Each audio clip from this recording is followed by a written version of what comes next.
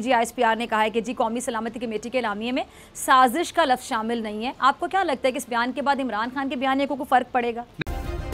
Subscribe करें और bell दबाएं ताकि कोई खबर रह न जाए।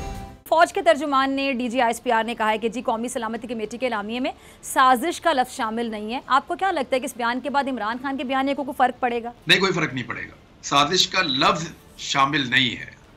देखिए, अगर साजिश का लफ्ज शामिल कर देते तो फिर सारी पॉलिटिकल पार्टीज को जेल में डालना पड़ता या साजिशियों को पकड़ना पड़ता फौरी तौर पे।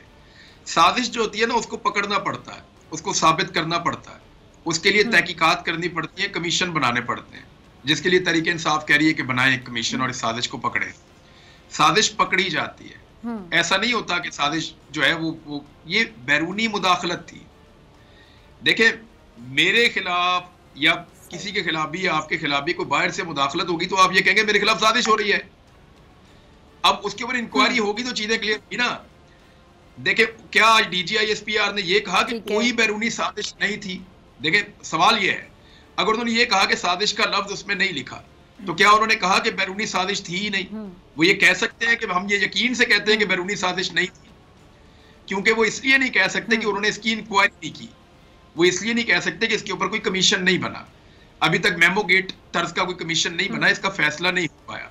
लिहाजा ये एक बैरूनी मुदाखलत है और ब्लेटेंट बैरूनी मुदाखलत का वर्ड इस्तेमाल किया था इन्हीं सब साहिबान ने, और इस्तेमाल करके कौम को बताया था कि पाकिस्तान के अंदरूनी मामलात में एक ब्लेटेंट इंटरफेरेंस हो रही है और एक्सटर्नल फैक्टर्स हैं जो इंटरफेयर कर रहे हैं।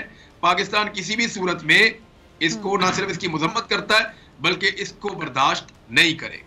तो आज इमरान खान साहब के बयानिए को एक्चुअली आप लोग तस्वीर में एक रुख देख रहे हैं।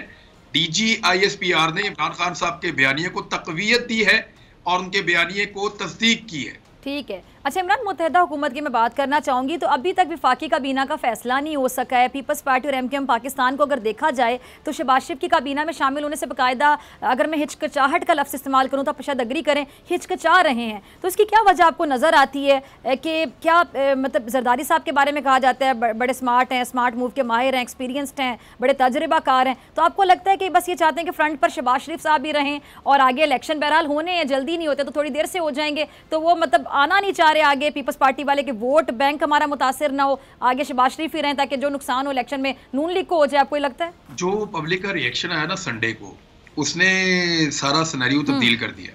MKM कभी भी कराची के जलसे से पहले कैबिनेट का हिस्सा नहीं बनेगी। वो ये उनको पता है कि अगर वो आज काबीना ज्वाइन कर लेते हैं तो कल कराची के अंदर वो होगा, लोग रिएक्शन दे देंगे बहुत बड़े पैमाने पे। वो कराची के जलसे से पहले कभी भी कैबिनेट का हिस्सा नहीं बनेंगे। अल्टीमेटली इनको बनना तो पड़ेगा, लेकिन ये सोच रहे हैं कि ऐसा कौन सा तरीका है कि हम इस काबीना का हिस्सा बने और हमारी बदनामी और बेइज्जती कम से कम हो।